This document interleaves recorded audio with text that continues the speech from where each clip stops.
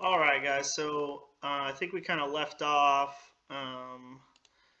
We left off right here with Greece, the Greeks defeating the Persians. Okay, and so after this defeat of Persia, Athens is going to become that cultural center of Greece, and some of the most famous politicians, artists, philosophers are going to come from that time, and so um, they're going to have a gentleman by the name of Pericles who rules Athens in 400 BC. And he's going to really push for them to make those advances in art and theater and writing and all that stuff that we kind of talked about. But Athens becomes very successful, very wealthy under Pericles' leadership. Because of this, he was able to hire great architects and artists to construct and decorate the Parthenon, which is one of ancient Greece's most famous temples. So this is the Parthenon. Um, a lot of things would have happened here, but you can see the intricacy of these columns and the detail. Unfortunately, it started kind of decay, but we will see these quite often. Um, see buildings like this quite often. Um, So, leaders like Pericles had great powers in Athens, but they did not rule alone. The city of Athens was a democracy, and its leaders were elected. So, we talked about this a little bit on Friday. It was a direct democracy. So, though they had leaders, the gentlemen in this city gathered together in an assembly to make the city's laws. Most of the power was in the hands of the people. All the city's leaders could do was suggest ideas, and then those ideas had to be approved by assembly made up of the city's free men. Okay, so you're going to see kind of a picture here. You would have had the leaders down here proposing their ideas, and these gentlemen are going to be from the city, and they're going to either approve or deny suggestions made by these leaders. Okay, so then we're going to roll into a period called the Golden Age. So this is going to be from 500 before Christ or before the Common Era to 300 BC. And so we're going to see a lot of those magnificent structures built in Greece, marble temples, and those places that they would use to have those markets and theaters and all that. So um, they were very intricate. We're going to look at some different buildings. So you're going to see three types of columns here that we're going to see. You're going to see these statues. And if you were able to look at those up close, they're very intricate. You can kind of see the detail in these different buildings. So just very, very, very, very good at what they did. So the ancient Greeks were master artists. Their paintings and statues have been admired for hundreds of years, and they took great care uh, to make their art lifelike. Because of this, artists from later civilizations admired and imitated the works of Greek artists. The Roman sculpture is of Athena. It is similar to a sculpture of Athena that once stood in the Acropolis by Greek artist Phidias.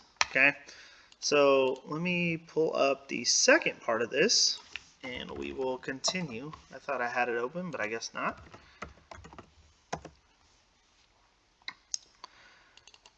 So this is our second part.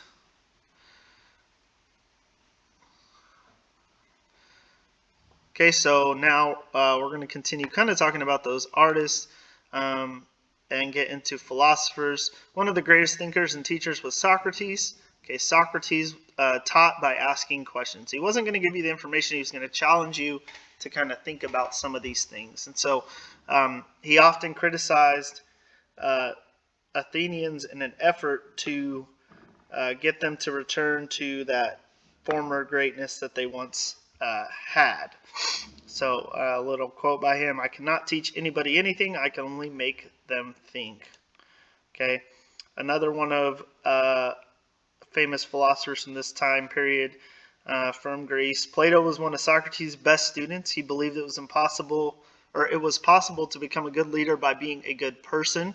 And in 385 BC, he's going to start a school called the Academy and kind of work towards teaching those philosophical ideas to others. Okay, He thought people should be well informed. He thought that they should understand others' viewpoints and be responsible for their own behavior. Plato's ideas about citizenship are shared by many people today. I'm sorry, guys, can't stop yawning.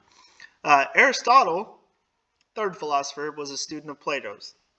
So you have Socrates, who taught Plato. You have Plato, who taught Aristotle. Okay, and he is going to be interested in how things are, not how you want them to be. And so he's going to study law, economics, astronomy, science, and sports. So these guys would have studied an array of different things. But the ancient Greeks also made huge contributions to the world literature. Some of the world's timeless classics were written in ancient Greece. These included stories of Greek heroes and their adventures, poems about love, friendship, and myths meant to teach lessons about lives. Among these two are two great epic poems, the Iliad and the Odyssey, by a poet named Homer.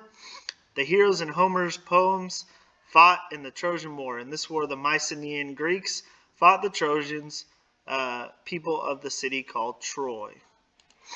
Okay, this section is going to talk about Aesop's fables. Aesop is another prominent artist that's going to come from this area, and he's going to have a lot of these short stories that involve a character getting into some sort of predicament, and there's usually a short lesson with that. So, common one, Tortoise and the Hare. They're going to race, and the tortoise is the slow and steady, and the hare is fast and reckless. And the tortoise is going to end up winning that race. But I encourage you to kind of look into Aesop's fables. So we talked about Greek writers, Greek philosophers. Moving on here. Obviously, with most situations, as great as it was, the Greek Golden Age could not last forever. And then in the end, Greece was torn apart by a war between Athens and its rival city, Sparta. So Sparta was a military city with one of the strongest armies in Greece. Jealous of the influence of Athens had over other city-states, the Spartans attacked Athens. So these are two places in Greece. And Sparta is a little bit up north from Athens. And so they're going to launch this attack. And because of a few things. One, the fact that the Greek Athens army was so spread out that they could not band together quickly enough. Okay, and then this war is not only that, it's going to go on for years, and it's going to go on until Greece is essentially just in ruins. Okay, they're going to kill thousands of people. They're going to destroy cities. They're going to weaken Greece as a whole, and particularly Athens. And now, because of this whole situation, Greece is wide open to a foreign conqueror to swoop in and take over, and that's what we're going to see here. So, Philip II of Macedon, which is in northern Greece, he rises to power in 336.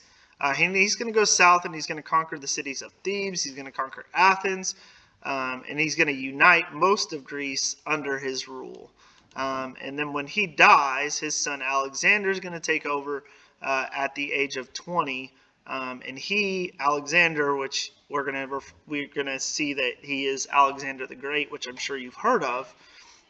He is going to create the largest empire in the world at the time, and he is going to dream about taking over the whole world. And so he is going to start here in Macedonia and Athens, and he is going to just continue going through Turkey, down into Egypt. He's going to come up through Iraq, Iran, and over all the way to Pakistan, and actually wanted to go into China, but his men, after traveling all this distance and fighting for so long, are going to get tired and essentially want to give up and turn around.